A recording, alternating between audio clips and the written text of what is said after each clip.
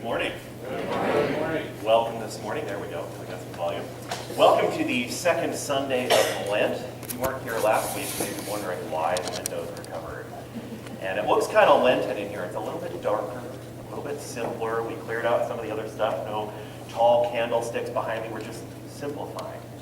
Because that's what the season is about, is getting away from some of the clutter, some of the busyness, and taking time to reflect. So that when we come upon Easter, when we finally reach that incredible holy day, we have a good understanding of the joy that God promises us through the resurrection. So we're doing away with some of the, I'll talk a little bit more about that in the sermon as well, doing away with some of the distractions, even some of the joys of life, so that we can focus clearly on our relationship with God. God's grace, mercy, and peace be yours through Christ, our Savior and Lord. There was a man who loved his son very much, and as the son was growing up, he wanted to be sure that the son knew happiness in his life and had a good life. And so the man sent his son to a distant place to meet with the great sage and learn the happiness of life. The boy traveled for many days, and he realized that the sage lived on a small foothill at the bottom of some big mountains, and the boy passed through the mountains and approached the home. His father hadn't said much about the sage, but the boy imagined as he traveled that he would find a small home with an old man quietly sitting in a modest house. But as he approached, he realized that this was anything but. This was a tremendous home with beautiful gates out front. And as he approached, he walked into what apparently was a gathering hall. And it was anything but quiet. This place was bustling with chaos. There were people in all corners coming and going. There were musicians in the corner playing beautiful little melodies. There were dancers over here. There were merchants. And the boy noticed that there was a man walking amongst them that he identified as the sage. Well, he waited some time before he was even noticed. Close to 2 hours. And finally the man approached him. The sage came and said, "Welcome, my boy. Welcome to my home. And it's so good to see you here today. I'm sorry that you've come on such a busy occasion, but I'd love to talk with you and hear what brings you to me today. I would like a little time, though, before to dismiss some of my other guests to talk with them before I have time for you. I have been richly blessed with this beautiful home. I invite you to explore my home and enjoy all the blessings that are here. But I've got a favor to ask you." The boy said, "Yes, what might I do for you?" The sage handed him a spoon and took out a small vial. And he said, "This is costly, precious oil." And he poured some into the spoon. He said, "Take this with you as you explore my home." And he didn't say any more.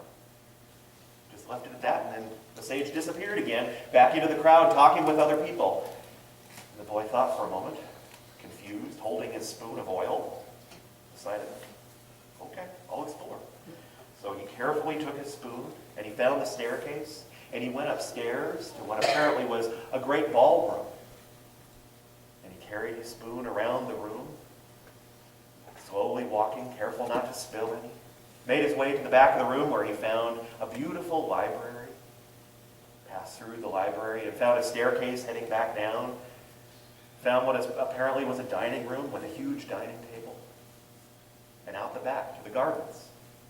All the while, walking very carefully so as not to spill the oil. He was in the garden, walking, realizing that it was an elaborate garden with paths that crisscrossed each other, and the boy walked very slowly, very cautiously, very carefully around this garden until he realized the time had come to return and meet with the sage again.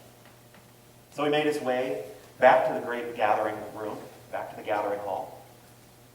In several minutes, there were still many people around. It took several minutes before the sage finally came around and found him. "My boy, it's so good to see you again. How have you found the home? Did you have a favorite piece of artwork upstairs in the ballroom? Did you notice the many books? And is there any book that you'd care to read?" And the boy was very quiet. And he said, "Sir, I must admit that I was so careful in carrying my spoon of oil that I didn't notice the artwork that was hanging And I did notice that there was a beautiful library, but I didn't spend a lot of time looking at the books because I didn't want to spill any of the oil. And the sage grinned. And he said, well, as you can see, there are still many people here waiting to talk to me, and I need just a little bit more time with them before I can meet with you. But again, there's so much here at this place to enjoy, and it is one of my great privileges to share this lovely home. And so please, if I could have just a little bit more time, go again. And this time be sure to notice the lovely artwork, the beautiful flowers in the garden. Such a wonderful time of year that you've come.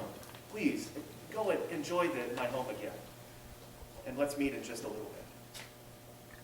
So again, the boy went, retracing his steps. He went upstairs to the ballroom, and at the top of the stairs, he noticed this incredible sculpture that he hadn't even noticed before. How had he walked by this and missed this incredible work of art?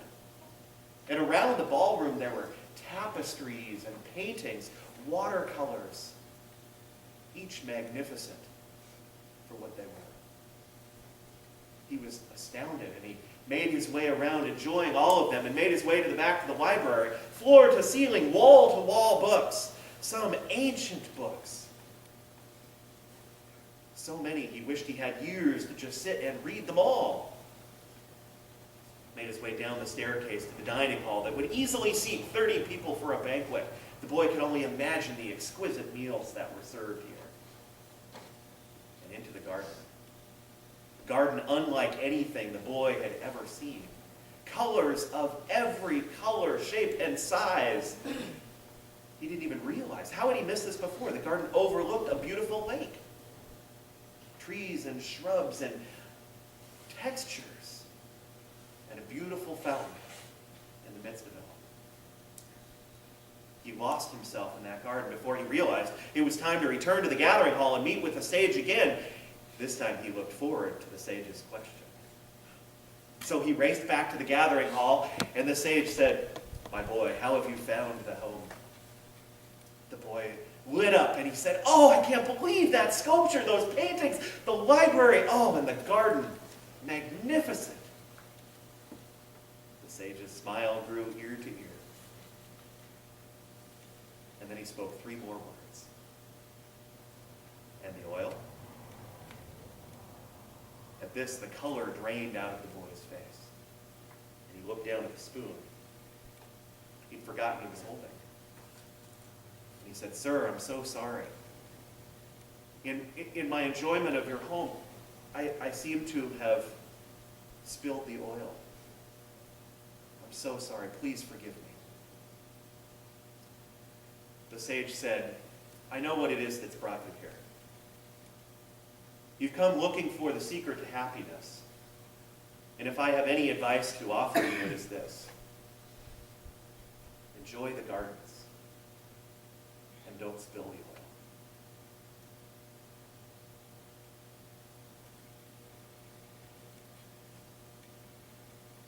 As I think about this season that we're in, this Lenten season, I think part of what we're doing is looking for wisdom, looking for that secret to happiness. Hopefully that's why many of us are here, why we come to church. Trying to figure out how to live a good life. I think this story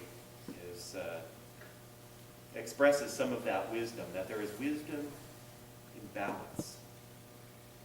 And the part of our Lenten season is about revisiting that balance in our lives. That we set aside some of the pleasures that we usually enjoy, even covering our colorful windows, to again look at what balance means for us. Because if the wisdom, a life well lived, is that path in the middle, that balanced life. Because if we stray too far one way or the other, we get into trouble. We were created for joy. We were created to celebrate and enjoy the richness of this life.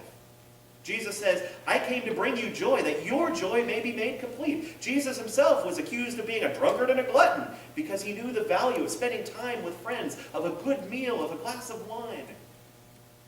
But if we stray too far in that direction, we miss the other half. We miss the other part of our calling, which is the work of bringing others joy. The work of caring for other people around us, the work for teaching them about the love of God, the work of serving. On the other side of the coin, there is this responsible side of carrying our oil, of being responsible to the tasks that have been given to us, the things that have been entrusted to us, of doing the work that God has given us to do. Yet if we stray too far in that direction, we get so wound up about following the rules and doing this work that it's hard to enjoy the blessings of life.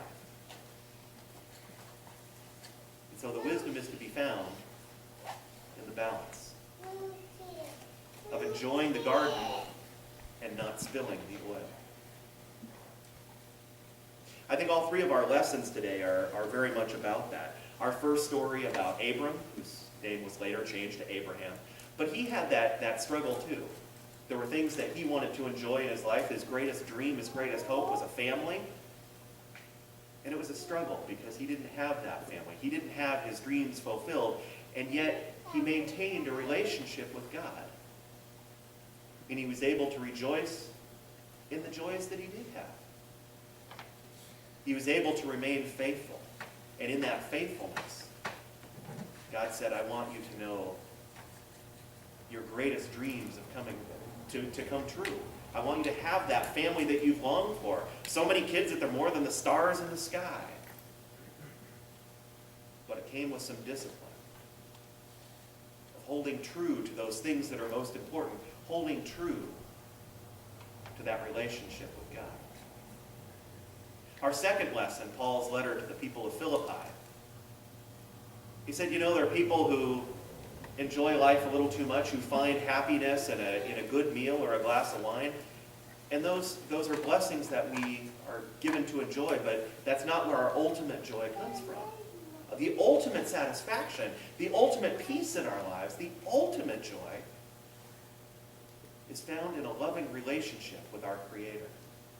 And as people of faith, that's what we need to focus on, not all those short-term joys, but in the long-term relationship that we have with God. He says, don't worry so much about the little troubles. Don't worry so much about the little issues. We are the people of God. Paul needed to remind them that. He needed to remind them that they're in it together. That they have work to do and worship to do. Worship, celebration, rejoicing.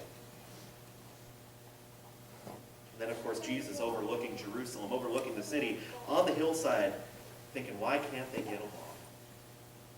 A city so richly blessed that God shows up in this location time and again in so many different ways, sending prophets, sending the Messiah himself, and they can't figure out how to agree on anything. They get so lost in the proper way to worship, the proper location to worship, even what to wear, getting up in the morning. And they fight with each other over this, saying responsibility is good and being attentive to living the life God would want for you is important. But don't let it cause you to fight. Don't let it lead you to this place where you can't find the joy in life, where you can't find the peace in the community. Again, where is that balance between enjoying the gardens and carrying the oil? This is what our Lenten season is about, this discipline. Maybe setting some of our pleasures aside, setting some of our enjoyments aside, and saying, what really matters? What am I about? Why am I here? Why has God brought me to this place? Our faith carries responsibilities to share Christ, to share the love that God has shown us, to bring healing, to be a presence of forgiveness and hope to a world that desperately needs it. We've also been created for joy, for celebration, to drink in the richness of God's blessings,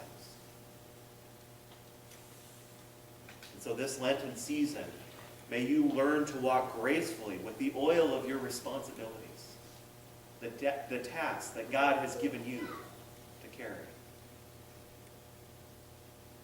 and the opportunity to rejoice in the love and redemption